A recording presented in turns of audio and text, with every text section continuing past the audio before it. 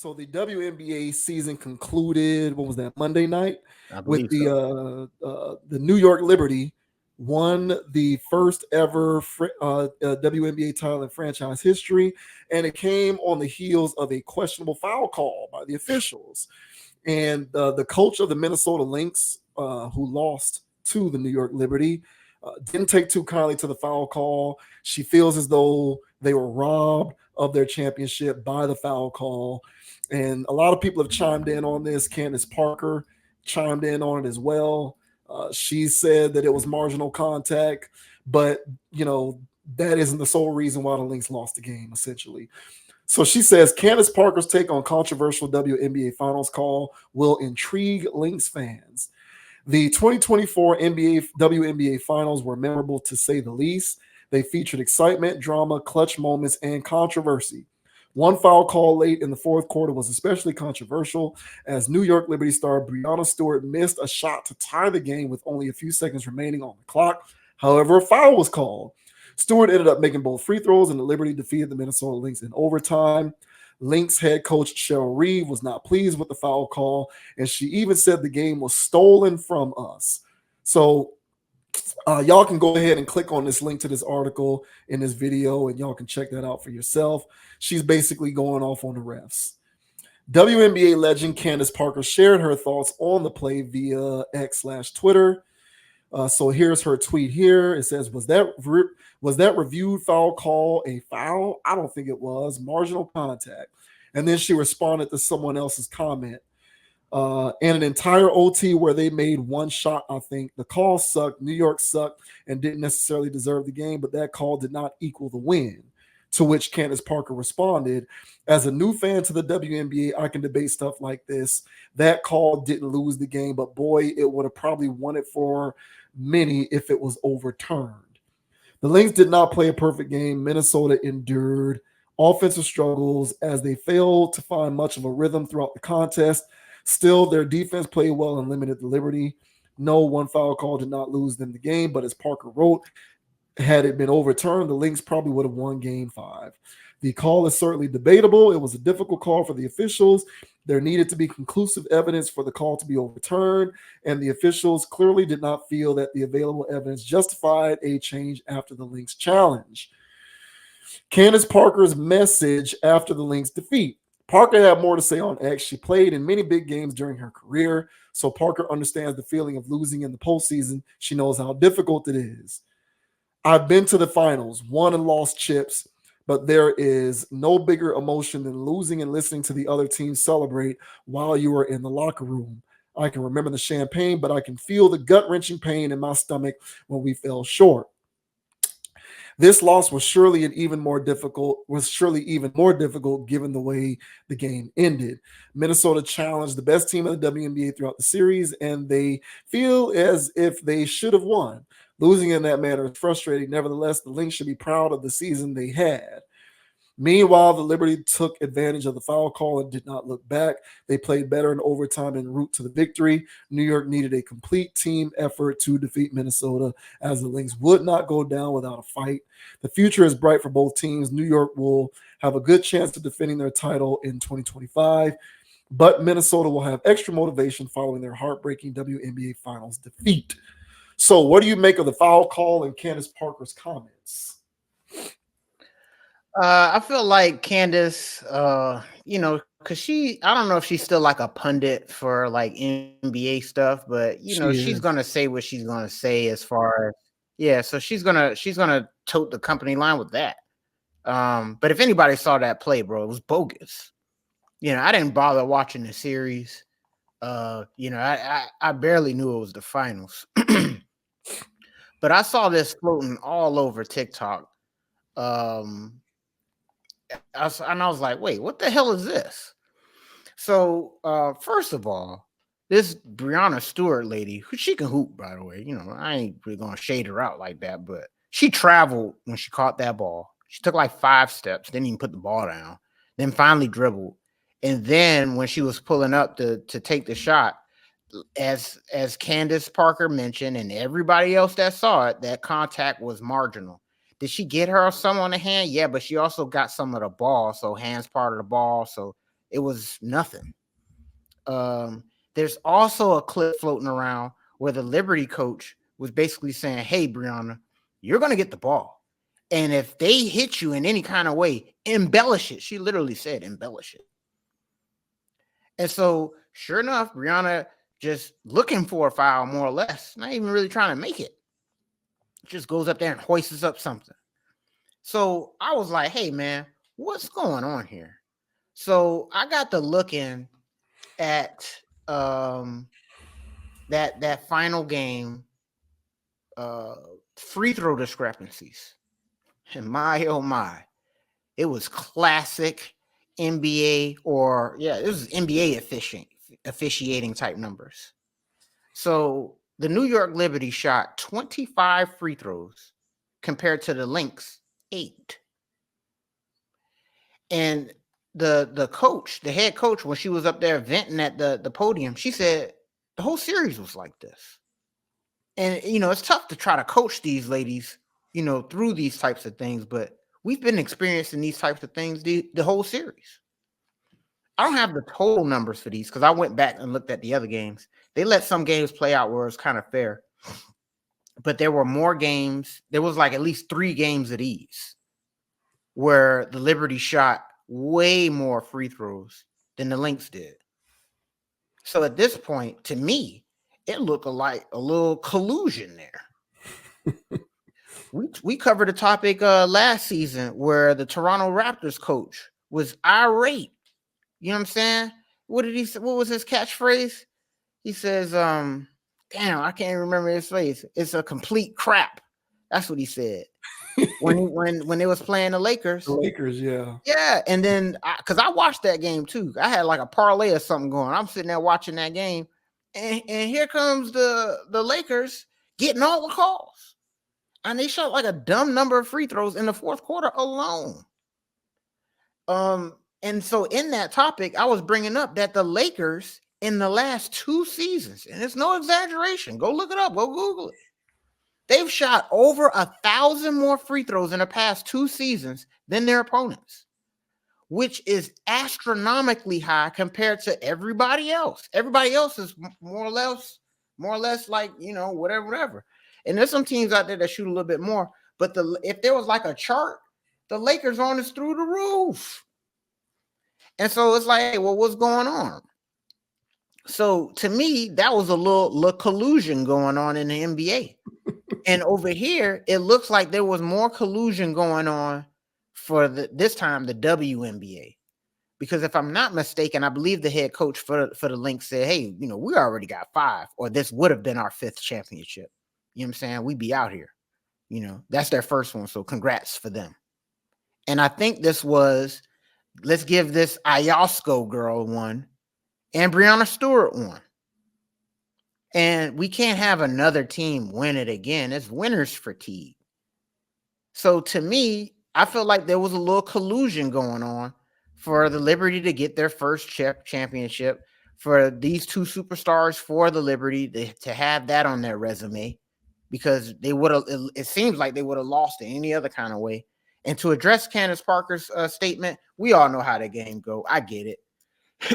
So it was a bad call against you, big whoop. At least you get overtime, beat them in overtime if you really want to win it. But everybody saw the travel and everybody saw the marginal contact. And on top of that, everybody sees the large discrepancies that went on throughout the entire series. So for me, this seems like league politics, and it seems like the Lynx had to fall on the sword. So, and the way this thing works is, once we start looking at, titles and stuff like this game is going to be lost in history. Much like how the Lakers did the Kings. People can bring that up, but everybody's also going to bring up the championships the Lakers won that year as well. So yeah, man, rough business, man. But it looks like they brought the collusion over to the WNBA just when people started getting interested. Well, that's why the collusion is there, because people are getting interested. So yeah, the Lynx won in 2011, 13, 15, and 17. So they've won 4 championships all time. The last one that they won was in 2017. So There's that for reference. Mhm. I mean, my thing is, welcome to the big time WNBA. This is what you asked for. That's my point with all this, because the big leagues, the NFL, the NBA, Major League Baseball, there's always a specter of cheating around those leagues, Yeah. because they're so big and the money making implications for them are so wide reaching that Mhm. any kind of result, especially when there's a controversial officiating call or a referee does something weird, Mhm. there's always speculation that something was set up Mhm. in order for there to be a particular design result. Mhm. And Mhm. it's because of the big money and the gambling implications and all of that for those various leagues. And so those are the big time money makers in American sports. And so I say to the WNBA, this is what you wanted. You Yep. got what you asked for. Yep. Y'all wanted to be bigger. Y'all wanted to be more renowned, get on a bigger stage, have a bigger platform, get bigger ratings, get the bigger contracts. Y'all want more resources. Y'all want the more eyeballs. You know what I'm saying? Y'all want more people to watch and appreciate, even though when those people come, you complain about it, which is weird. But Yeah. but but this is what the WNBA wanted. So with the additional notoriety, with the additional corporate sponsorships, with the additional corporate partnerships, with the influx of new capital that will start coming into the WNBA, I would say within the next 3 to 5 years, because it takes a while. When TV negotiations are up, when the media rights for the WNBA are, when it's time for media rights for the WNBA to be negotiated, they're going to they're going to fetch a higher price point, I would say, because the WNBA is headed into a direction of being a self-contained revenue generator. Kudos to you. But there's also going to be some negative things that come along with that, which is increased referee scrutiny and the idea that there may be some weird stuff going on with the result of big games. Mhm. So, welcome to the club, WNBA. This is what you wanted. I hope you're happy, because none of this is going to go away. Now there is going to be controversy after controversy whenever a referee blows a whistle in any game, let alone a championship series. Mhm. Mhm. So that's my takeaway from this whole thing. The WNBA has been complaining for years and years and years. In my opinion, it has been unwarranted. Now it is starting to become more warranted. And as the steam picks up, so is the rest of this speculation and controversy. So it all goes hand in hand. In my opinion, you can't have one without the other. Whenever there's a weird pass interference call in college football, whenever a referee calls a weird charge block in the NBA, whenever any of this weird stuff happens, defensive holding in the NFL, you know what I'm saying? Weird stuff like this, and people get mad or upset because a parlay got ruined, or there was a right, or what was the line in Vegas, and whoa, my oh my, it was exactly what Vegas said it would be, even though there was a controversial call. Now it's Mhm. coming your way too. So Yep. buckle up and enjoy the ride. Yeah. Hey, well said, man. I didn't even really think of that angle. I guess in the back of my mind, I thought about that, but um, yeah, that's a good point as far as like all the interest and everything that's getting involved with it now. It's like, now, granted, it's also probably a reason that people probably paying attention to it now. They probably did this 7 years ago, but nobody gives a damn. There's also that angle. All right, but at the same time, you raise a good point that with all of these interests and all of this stuff getting involved, probably more people. Well, I know more people betting on this stuff and things of that nature. Then yeah, things are going to start getting a little wonky. Um, Now, there's conspiracy theories floating out there with my hurricanes, but I won't entertain those.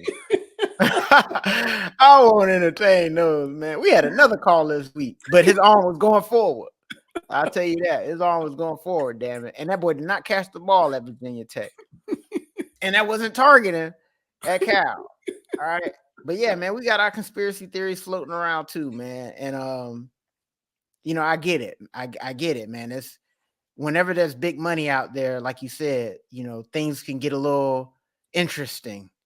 Try watching a Chiefs game nowadays, man. It is absolutely ridiculous. All right. And I think we talk about this off the record, but it's similar to the Patriots games back in the day, where it's like y'all went in the booth, clearly saw that happen, and said it was inconclusive, you know? And they'll say whatever the hell, and they don't care if all the fans noticed it or not. And so, yeah, the WNBA, yeah, welcome to the big leagues. That's a good way of putting it, in the sense of, hey, man, what happened to our sacred sport? It's over. When money gets involved, sanctity is out the window. So all y'all hooping and, we respect the integrity of the game ain't got no integrity for y'all. I'll tell y'all that, man. So I guess congratulations, Liberty. You know what I'm saying? The first winner of the sweepstakes that's going on with the WNBA, because they might try to start spreading the wealth to get other markets involved. That's probably another reason why. You know what I'm saying? Because we need the New York market. That's probably what the hell that. The hell with you, Minnesota. Right. We already got 4. So let's let New York get it, because we need that New York money. Boy, I swear. You can't do nothing with these clowns. Golly. And then here comes, I guess that's the theme of the show, man. Token company lines, because here comes Candace Parker with the narrative talking point of, hey, man, it's just a bounce to the ball, baby. She's gonna do that because she's still in the media. She still works for Turner. Hey, so man, I guess she's gonna be calling. Yeah, she calls games. So you can't be out here calling games in the media and then adding gasoline to the speculation fire. Like, you can't be doing that. So I get her response.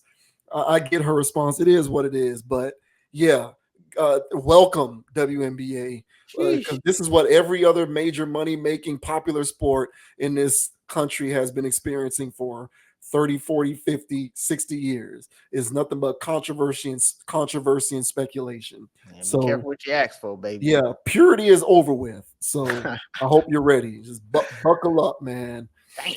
Buckle up. Shouts out to Candace Parker, man. Oh, God. But yes, ladies and gentlemen, another fantastic stream in the books. We are getting ready to roll up out of here, man. But be sure to check us out on our YouTube channel via the Post Talk video uploads. Leave a comment. Let us know what you think about the commentary in any of those videos. We certainly appreciate the engagement. Shouts out to some of the people who joined in on the chat. Once again, MBG Gaming, Max Payton, Uta Block, thank you so much for the support. We appreciate the engagement. And check out some of these other videos for some of the other spotlights that you may have missed throughout the stream. Check us out on Instagram at Conapproach, CONAPPROACH. I am also on Instagram at JVWins, JVWINS. Be on the lookout as we continue to upload all of our episodes so that you can get the audio versions wherever you get your podcasts. We certainly appreciate it. NBA season is kicking off, man. It's a bad year for me. This is a bad year sports wise. Seminoles are 1-6. The Dolphins are 2-4, and Tua's coming back. Stay safe, bro. So all I got left is the Heat, and hopefully we do something with that, man. But until next time, as I always like to say, ladies and gentlemen, keep your head up, unplug from the matrix, think for yourself, have a mind of your own. And until next time, we appreciate you. We can't wait to see you on the next video. And I'm out. And the name is Dogon SS. And you can find me on Instagram at Dogon_SS and YouTube, TikTok, DraftKings. Man, somebody send me an invite at DraftKings so I can take your Skrilla. Boy, I'm too real at that thing, man. Oh, you think you better? Send the invite, man. Dogon_SS over there as well. And as I say on every pod, guys, don't be too high, don't be too low. Keep it calm, keep it chill, keep it player. And don't let anybody get you off your pivot. R.I.P. to Mutombo. Shout out to Hardaway. R.I.P. to Sean Taylor, y'all. Go Candace and go Rattlers. We'll catch y'all on the flip side. Yeah. Yes, sir. Thank you very much for the support. Thank you for watching. We will see you next time. Peace, baby. Go Candace. Beat those no.